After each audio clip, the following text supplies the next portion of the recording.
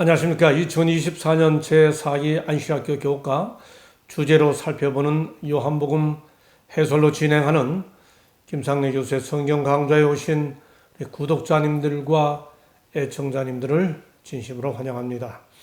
오늘은 제3과 배경이야기 소론이라는 제목으로 함께 살펴보겠습니다.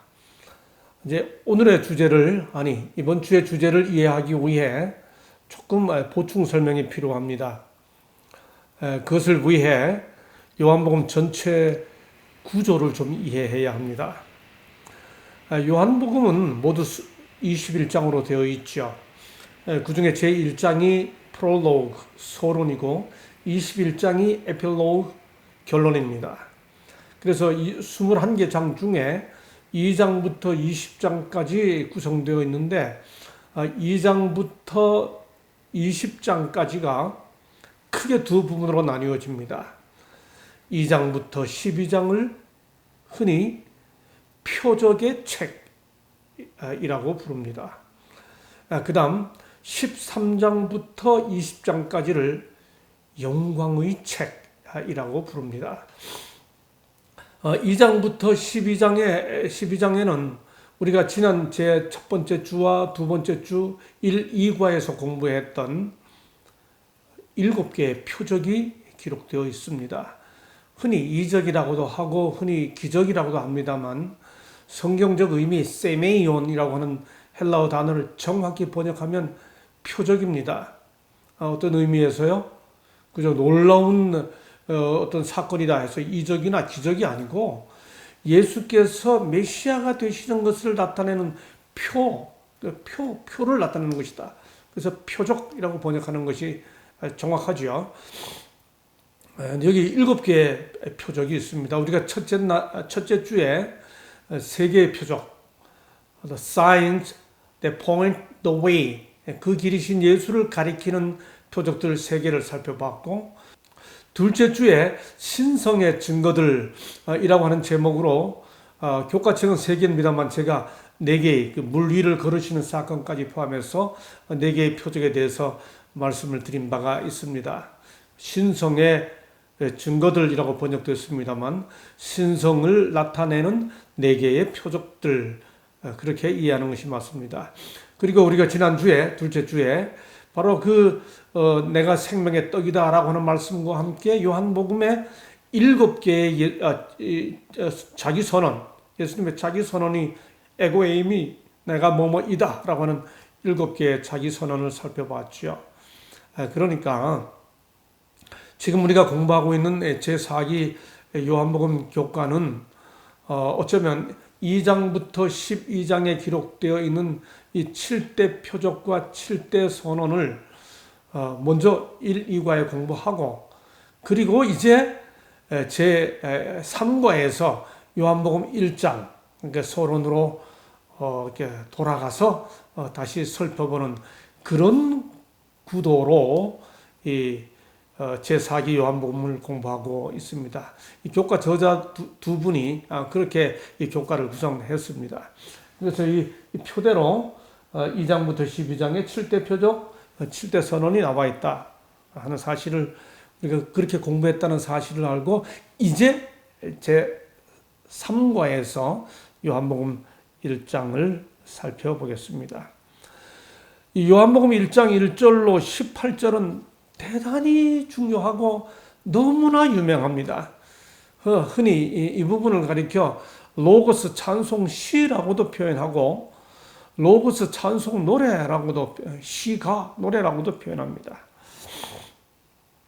태초에 말씀이 계시니라 이 말씀이 하나님과 함께 계셨으니 이 말씀은 곧 하나님이시니라. 그가 태초에 하나님과 함께 계셨고 만물이 그로 말미암아 지은 바 되었으니 지은 것이 하나도 그가 없이 된 것이 없느니라. 그 안에 생명이 있었으니 이 생명은 사람들의 빛이라. 빛이 어둠에 비치되 어둠이 깨닫지 못하더라. 참빛 곧 세상에 와서 각 사람에게 비추는 빛이 있었나니 그가 세상에 계셨으며 세상은 그로 말미암아 지은 바 되었으되 세상이 그를 알지 못하였고 자기 땅에 오매 자기 백성이 영접하지 아니하였으나 영접하는 자 곧 그 이름을 믿는 자들에게는 하나님의 자녀가 되는 권세를 주셨으니 이는 혈통으로나 육적으로나 사람의 뜻으로 나지 아니하고 오직 하나님께로서 난 자들이니라. 너무나 유명한 말씀이죠. 말씀이 육신이 되어 우리 가운데 거하심에 우리가 그의 영광을 보니 아버지 독생자의 영광이요 은혜와 진리가 충만하더라. 이 사이에 그 요한의 증거가 사이사이 이렇게 들어가 있죠. 태초에 말씀이 계시니라. 이 말씀이 하나님과 함께 계셨으니 이 말씀은 곧 하나님이시니라. 요한복음 1장 1절 그리고 2절 5절로 이어지죠. 조금 전에 제가 읽어드렸는데 한 번 더 읽겠습니다. 14절 말씀이 육신이 되어 우리 가운데 거하심에 우리가 그의 영광을 보니 아버지 독생자의 영광이요 은혜와 진리가 충만하더라. 이번 주는 요한복음 1장 1절로 14절 바로 이 부분들을 핵심적으로 아주 깊이 살펴보겠습니다. 태초에 여러분 이 단어를 들으니까 바로 뭐가 떠오르시나요? 성경에 태초에라는 표현이 창세기 1장 1절에 시작하지 않습니까? 예, 누구라도 이 단어를 들으면 창세기 1장 1절이 연상될 수밖에 없습니다. 그런데 태초에 한 다음에 말씀이 계시니라 이렇게 시작했습니다. 말씀이 계시니라. 태초에 하나님이 천지를 창조했다는 그 창세기 1장 1절이 바로 연상되는 우리 독자들에게 말씀이 계시니라. 그러면 말씀이 계셨던 것이 천지를 창조하시던 것보다 앞일까 뒤일까 먼저일까 함께일까 뭐 이런 의문이 누구라도 자동적으로 떠오를 수밖에 없죠. 그런데 이어지는 구절은 이렇게 말합니다. 이 말씀이 하나님과 함께 계셨으니 바로 이어지는 이 진술로 이 말씀은 헬라어로 로고스는 하나님이 천지를 창조하시니라 보다 더 앞선 시간임을 확인할 수 있죠. 하나님과 함께 계셨으니 계신 로고스가 천지를 창조했으니까요. 이 말씀 로고스는 하나님과 함께 계셨습니다. 18절은 이렇게 말하죠. 본래 하나님을 본 사람은 없으되 아버지 품속에 있는 독생하신 하나님이 나타내셨느니라. 아버지 품속에 있었다는 말이 어떤 의미인지 우리가 다 미루어 짐작하기가 쉽지 않습니다. 여하튼 아주 분명한 사실은 아버지와 로고스, 즉 독생하신 하나님, 로고스인 독생 하나님은 매우 밀접한 관계를 지니고 있다라고 하는 것은 분명합니다. 그 다음 1절 마지막 9절 이 말씀은 곧 하나님이시니라. 여러분 말씀이 하나님과 함께 계셨으니 이 말씀은 곧 하나님이시니라. 이걸 어떻게 이해해야 됩니까? 이 말씀이 하나님과 함께 계셨으니 이 말씀은 곧 하나님이시니라. 어떻게 함께 있었는데 말씀이 하나님과 함께 있었는데 이 말씀이 곧 하나님이십니까? 예, 이건 헬라어를 보면 아주 분명합니다.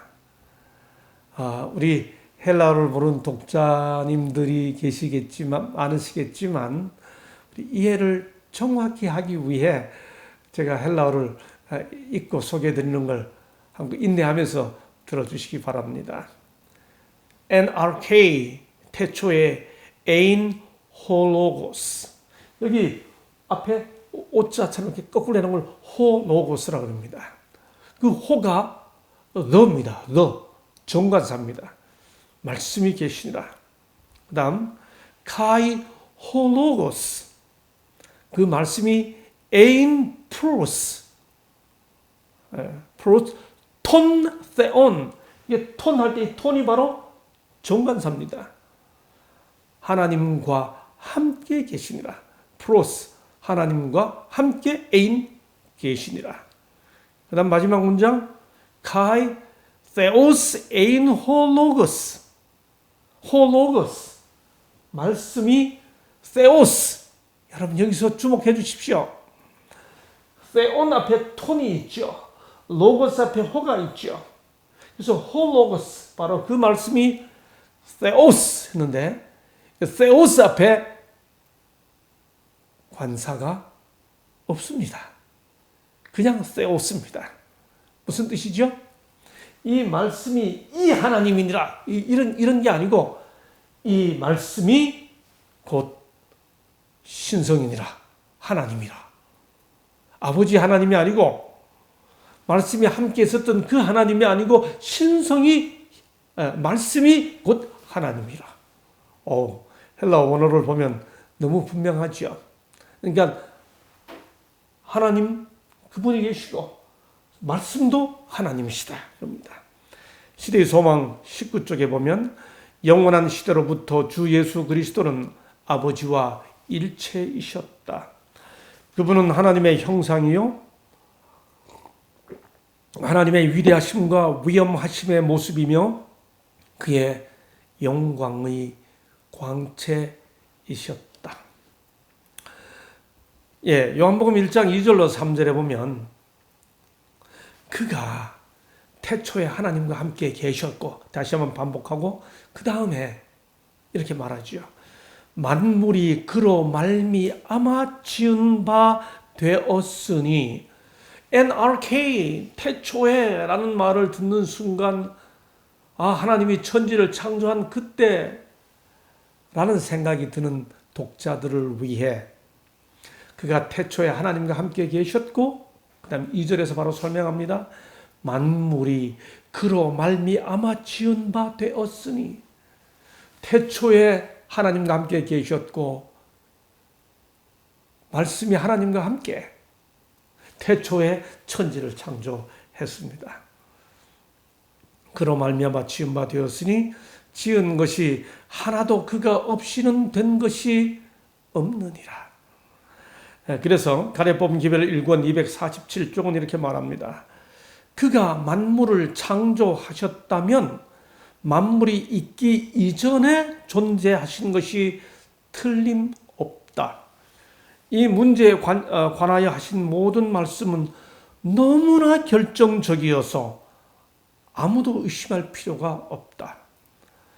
그분은 본질적으로 또한 가장 고상한 의미에 있어서 하나님이셨다. 주님은 영원 전부터 하나님과 함께 계셨고 하나님은 만유를 주관하시며 영원토록 찬양받으실 분이시다. 요한복음은 그 말씀이신 하나님이 하나님이시라고 하는 사실, 그분의 신성을 증거하는 것으로 요한복음 기록이 시작됩니다. 그런데 요한복음은 그 말씀이신 분이 어떤 분이신지를 14절에서 이렇게 설명하죠. 말씀이 육신이 되어. 여러분, 이건 엄청난 이야기입니다. 요한복음은 예수가 이렇게 시작하지 않아요. 메시아 혹은 그리스도가 이렇게 시작하지 않습니다. 태초에 말씀이 계시니라로 시작합니다. 왜 말씀, 즉 그 시대에 아주 유행했던 단어인 로고스라는 단어로 요한은 복음서를 시작하고 있을까요?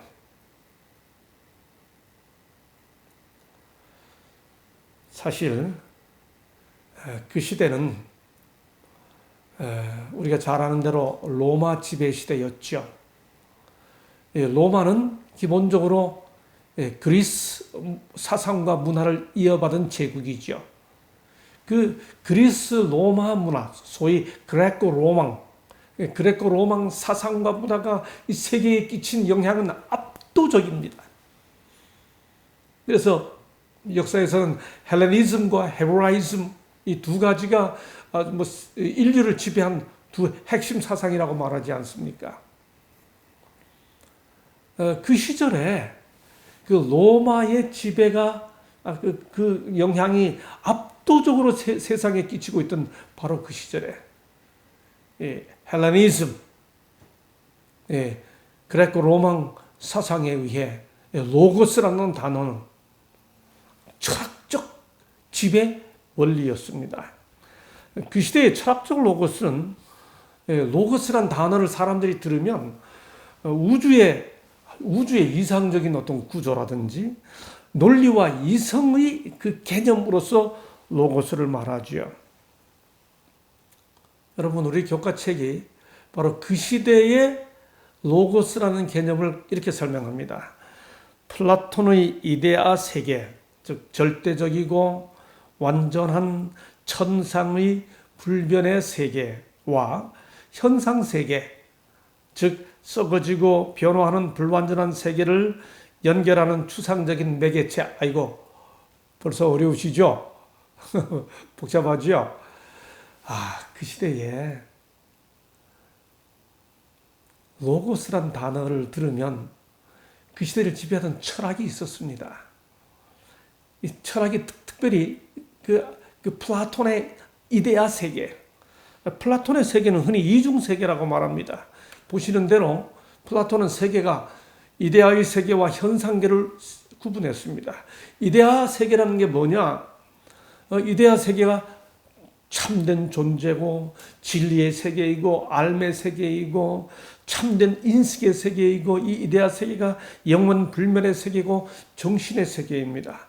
반면에 현상 세계는 감각의 세계이고 변화하는 세계이고 물질의 세계이고 모방의 거짓 세계입니다.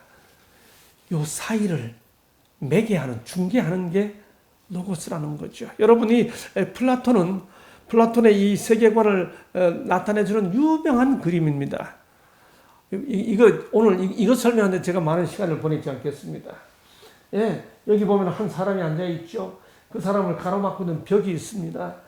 이 벽이 딱 가로막고 있는데 여기 사물이 있고 사물의 그림자가 있죠. 이 사람은 사실 벽에 이렇게 고정되어 있습니다. 그래서 뒤를 돌아보지도 못합니다. 그래서 사람은 저 그림자밖에 못 봅니다. 저게 인간의 현상계라는 거죠. 그래서 이 굴에서부터 빠져나와가지고 설 때에 비로소 빛을 따라 비로소 빛을 찾아 나갈 때 비로소 모든 걸 볼 수 있다고 하는 겁니다. 이렇게 구분했습니다. 이런 세계관을 가지고 철학적 세계관을 가지고 있었습니다. 여러분, 이 당시 그 헬라 세계가 얼마나 강력한 영향을 끼치고 있었는지 성경에서도 나타내고 있죠. 바울이 뭐라고 말합니까? 유대인은 표적을 구하고 이제 예수 그리스도의 복음이 막 전해지려고 하는데 두 개의 방해가 있는 겁니다. 유대인들은 다 표적을 구해요. 그 다음에 헬라인은 뭘 찾아요? 지혜를 찾습니다. 여러분, 지혜를 찾다. 이게 뭐예요? 지혜를 사랑하다, feel. 지혜, 소피아. 지혜를 찾다를 명사화하면 그게 philosophy입니다. 철학이에요, 이게. feel. feel은 Philharmony Orchestra 이렇게 할 때, feel, 필라델피아 할 때, feel, 좋아합니다. 지혜를 찾는 게 지혜 사랑이 철학이에요. 헬라인들은 지혜를 찾았어요. 바울이 뭐라고 말합니까? 우리는 십자가에 못 박힌 그리스도를 전하니 그랬습니다. 그래서 사람들은 로고스, 말씀이라는 단어만 들으면 이게 다 이런 철학적 개념으로 로고스를 생각하는 거예요. 요한은 태초에 말씀이 계시니라. 사람들이 이렇게 말하니까 눈이 번쩍 뜨게 만든 거죠. 여러분, 이 로고스라는 이 단어가 하나의 이론 체계입니다.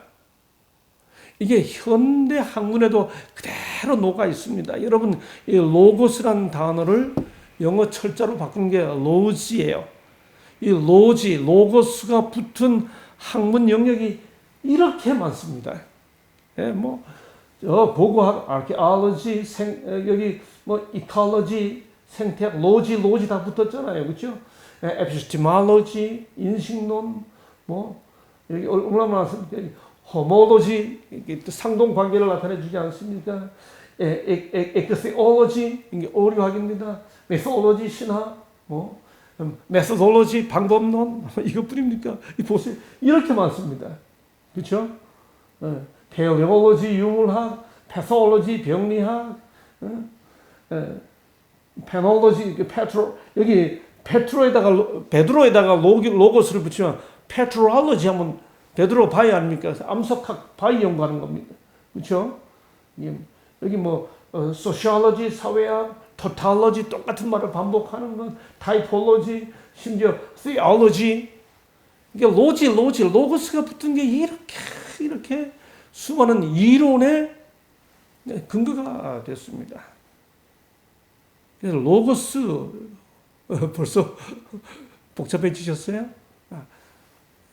성경 외에 이 당시 배경으로서의 이런 얘기 간단히 말하면 로고스, 철학적 개념이고 이론이고 뭔가를 설명하는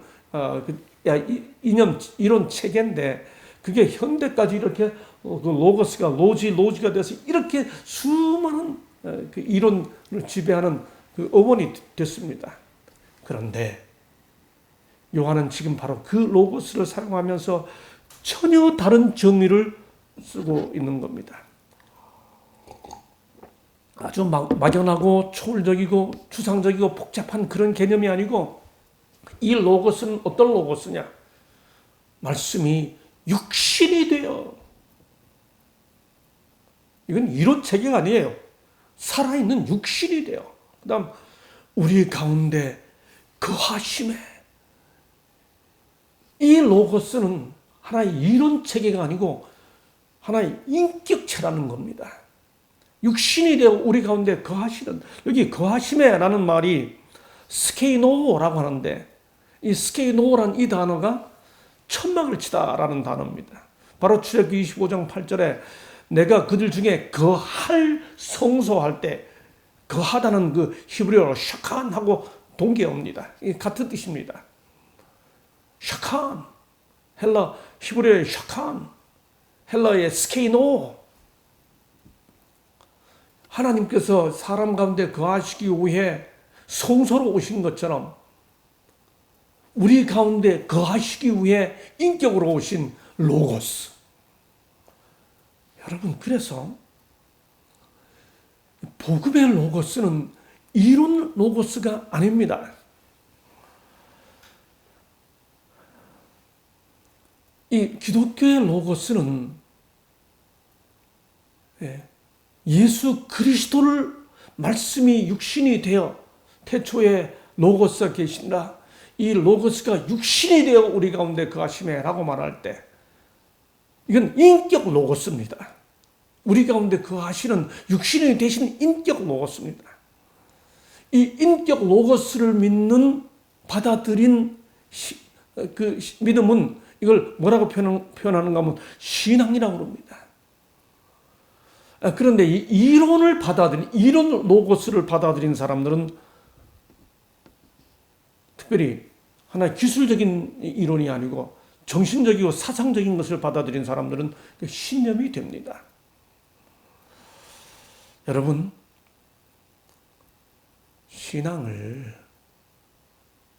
하나의 이론 체계로 받아들이게 되면 신념은 가질 수 있어요. 요한복음은 로고스를 하나의 이론 체계로 소개하는 것이 아니라 인격체로 소개합니다. 이 인격이신 우리 가운데 거하시는 말씀 예수님을 만난 사람들은 어떤 사람들인가? 야고보가 이렇게 말하죠. 똑같은 로고스 입장에서 요한복음에는 가능하면 지혜라는 말씀을 피해요. 그런데 야고보가 이렇게 말합니다. 너희 중에 지혜와 총명이 있는 자가 누구냐? 그는 선행으로 말미암아 지혜의 온유함으로 그 행함을 보일지니라. 그러나 너희 마음속에 독한 시기와 다툼이 있으면 자랑하지 말라. 이러한 지혜는 정욕의 것이요 귀신의 것이니 시기와 다툼이 있는 곳에는 혼란과 모든 악한 일이 있음이라.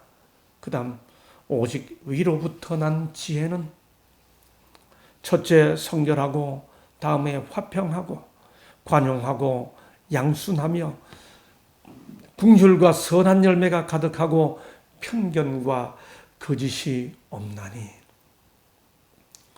여러분, 복음, 예수 육신이 되신 인격 로고스를 섬기는 사람들은 온유하고 성결하고 화평하고 관용합니다. 그런데 이런 로고스를 받아들인 사람들은 그게 굳어질수록 신념이 단단해지고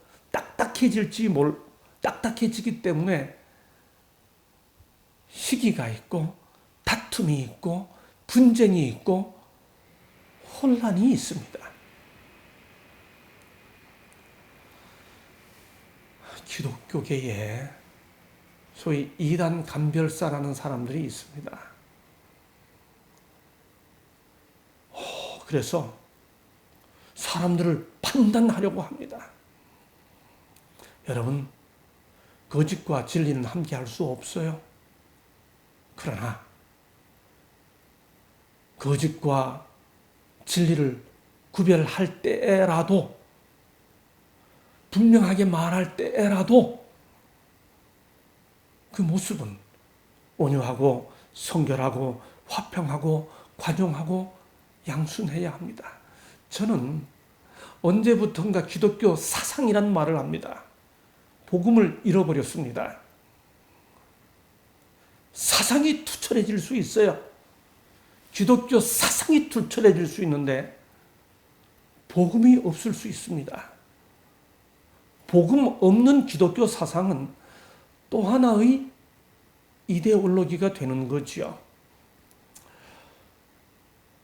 하버드 신학대학을 은퇴하면서 하비 콕스라는 유명한 교수가 The Future of Faith라고 하는 저술을 했습니다. 이 책이 우리말로 종교의 미래라고 번역이 됐는데 제가 볼 때는 번역 용어가 참 정확하지 않습니다. 기독교 신앙의 미래 뭐 이렇게 번역해야 할 겁니다. 하비 콕스 교수는 예수 그리스도라는 그 인격을 믿던 기독교가 AD 3, 4세기가 되면서 하나의 belief, 신념 체계로 바뀌기 시작했다는 거죠. 기독교가 미래가 있으려면 무엇이 이렇게 하나의 사상 체계로서의 신조를 믿는 신념에서 인격적 대상을 믿는 faith, 신앙의 세계로 돌아가야 할 거라고 제안했습니다. 참 의미 있는 통찰입니다. 우리가 정말 진실한, 분명하고 투철한 말씀 신앙을 하는데 그 투철하고 분명한 말씀 신앙이 예수 그리스도라는 인격을 우리 가운데 거하시는 그 인격 로고스, 이론 로고스가 아니고 교리 로고스가 아니고 인격 로고스, 그분을 요한복음에서 만나야 한다는 거지요. 교회증은 8권 286쪽은 이렇게 말합니다. 그분은 모든 일에 형제들과 같이 되셨다. 그분은 우리와 똑같이 육신을 입으셨다. 그분은 배고프고 목마르고 피곤하셨다. 그분은 음식으로 지탱되셨고 수면으로 생기를 얻으셨다. 말씀이 육신이 되어 우리 가운데 거하심에 그분은 인간의 운명을 함께 나누셨다. 요한복음 1장은 다시 이렇게 말합니다. 참빛 곧 세상에 와서 각 사람에게 비치는 빛이 있었나니 그가 세상에 계셨으며 세상은 그로 말미암아 지음바 되었으되 세상이 그를 알지 못하였고 자기 땅에 오매 자기 백성이 영접하지 아니하였으니 영접하는 자 곧 그 이름을 믿는 자들에게는 하나님의 자녀가 되는 권세를 주셨으니 이는 혈통으로나 육정으로나 사람의 뜻으로 나지 아니하고 오직 하나님께로부터 난 자들이니라. 세상이 육신이 되시는 로고스, 우리 가운데 육신이 되셔서 우리 가운데 거하시는 그 로고스를 어떻게 대했는지 요한은 이어서 말하죠. 참빛, 곧 세상에 와서 각 사람에게 비추는 빛이 있었다. 여러분, 빛이 비추면 내가 무엇을 보는 것뿐만 아니라 빛이 있기 때문에 우리는 나머지 모든 것을 보게 되죠. C.S. 루이스가 한 유명한 말입니다. 내가 태양이 뜬 것을 믿는 것처럼 그리스도교를 믿는 것은 볼 수 있기 때문만이 아니라 그 빛에 의해 내가 다른 모든 것을 보기 때문이다. 내가 보고 싶은 것뿐만 보는 게 아니라 아예 세상이 밝아졌다 그 말이죠. 빛 때문에. 그렇죠? 저는 2016년에 당시 평창에서 목회하고 있던 우리 제자 송요한 목사의 초청을 받아 평창에 갔다가 집회가 마치고 그 다음날 백령동굴 탐사했던 그때 그 경험을 제가 제 나름대로는 놀라운 깨달음이었습니다. 거긴 전기시설이 되어 있지 않기 때문에 이게 헬멧에 있는 이 전구를 켜고 가야 되는데 마지막 동굴 끝까지 들어갔더니 그 안내하시는 분이 불을 다 끄라고 그래요. 여러분, 정말 완벽한 암흑을 경험했습니다.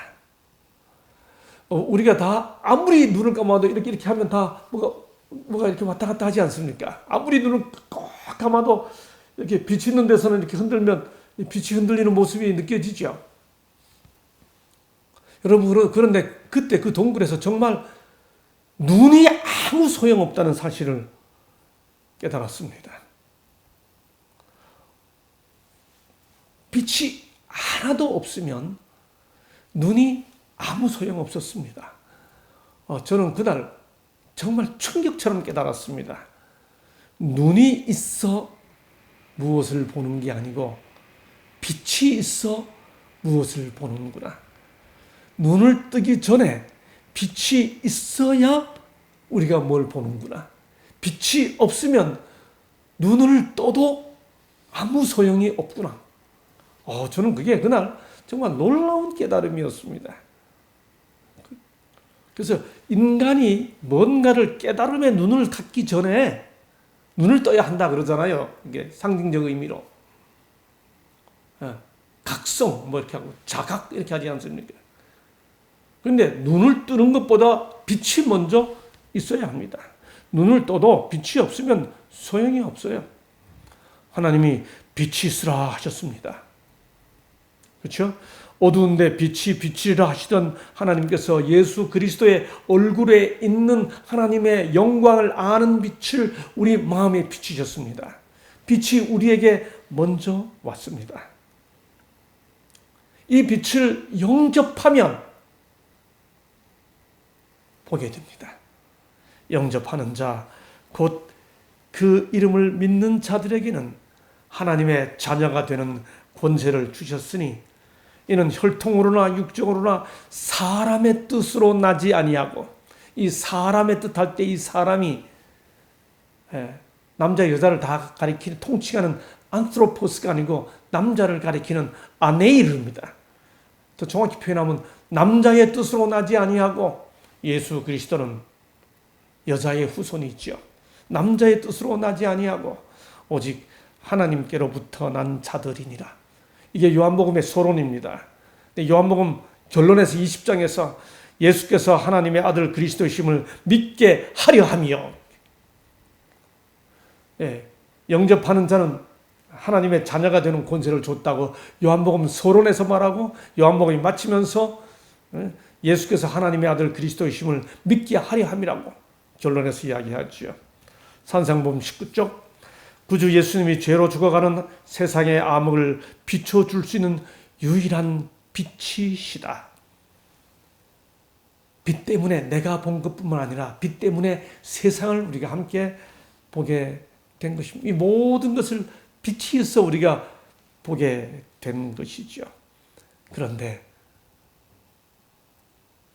우리가 이미 제1과 제2과에서 길이신 예수를 가리키는 표적을 살펴봤고, 세 개의 표적을 살펴봤고, 예수님의 신성을 가리키는 네 개의 표적을 다 살펴보았는데, 그 표적이 일어날 때마다 그것을 받아들이는 사람들이 있었고 그것을 거절한 사람들이 있었죠. 제자들은 받아들인 사람들입니다. 심지어 제자들 중에서도 유다는 거절했죠. 니고데모가 우물가의 여인이 나면서 눈먼 자가 받아들였습니다. 바리새인과 제사장들은 기적이 있다고 받아들인 게 아닙니다. 끝내 거절했습니다. 오병이어의 기적을 본 사람들은 그걸 보고 먹고도 오히려 예수님을 잡아가지고 억지로 왕으로 삼으려고 했습니다. 여러분, 믿음은 이건 삶입니다. 놀랍게도 요한복음에는 믿음이라는 명사가 없습니다. 피스티스라는 단어가 한 번도 안 나옵니다. 반면에 믿다라는 피스튜어라고 하는 동사가 신약 성경 전체 241번 중에서 무려 98번이, 거의 반 가까이가 요한복음에 나옵니다. 명사는 소유했다가 잃을 수 있어요. 동사는 존재입니다. 에리 프롬이라고 하는 유명한 사회심리학자가 소유냐 존재냐 뭐 이런 책을 써서 한때 유행했었죠. 명사의 삶에서 떠나 동사의 삶을 살자, 그렇게 말했었습니다. 명사는 내가 가졌다가 잃을 수 있어요. 동사는 삶이에요. 놀랍게도 그 공식대로, 그 공식에 빗대어 우리가 이해할 수 있죠. 요한복음은 피스티스, 믿음을 가졌다 아니에요. 믿다, 동사입니다. 그래서 이렇게 말합니다. 예수님을 믿는다는 것은 단순히 신념이 누적된 상태를 의미하는 것이 아니라 행하는 것이며 우리의 매일의 삶을 통해서 표현하는 것이다. 우리 교과책에서 그렇게 해설해주고 설명해주고 있습니다. 여러분, 요한복음은 나 자유 얻었네 아니에요. 얻었으면 이룰 수 있으니까 나 자유 하였네 이렇게 동사로 표현되어야 한다는 것이죠. 믿는다라고 하는 동사는 차곡차곡 쌓아둔 신념 체계가 아니라는 겁니다. 그건 삶이고 인생이고 존재라는 거죠. 결국 받아들인 집단과 그걸 거절한 두 집단의 결정적인 차이는 예수님과의 관계였습니다. 받아들인 사람들은 예수께서 심지어 자기 자신과 다른 의견을 보이거나 예수께서 자기를 향해 꾸짖을 때에도 항상 그분을 향해 열려 있었습니다. 그들은 예수님 앞에 나오면서 피하지 않습니다. 그분은 그들을 비추는 빛이셨습니다. 반면에 불신자들은 대체로 예수님과 논쟁하려는 목적으로 예수님께 왔죠. 그들은 결국 빛보다 어둠을 더 사랑했습니다. 그들은 예수께서 전통을 깨고 자신들의 기대를 저버린다고 생각했습니다. 그들 나름대로 다 신념을 확실하게 가지고 있었죠. 그렇죠? 그들 나름대로 어쩌면 양심적으로 자기가 생각하는 바에 대해서 강렬한 신념을 가지고 있었을 겁니다. 심판의 때에 사람들은 거짓말을 양심적으로 믿었기 때문이 아니라 진리를 믿지 아니하였기 때문에, 진리가 무엇인지 배울 기회를 등한히 하였기 때문에 정죄를 받을 것이다. 이론 로고스가 아니라 인격 로고스. 화평하고 성결하고 따뜻하고 온유하고 화평하게 만드는 말씀, 관용하게 만드는 로고스.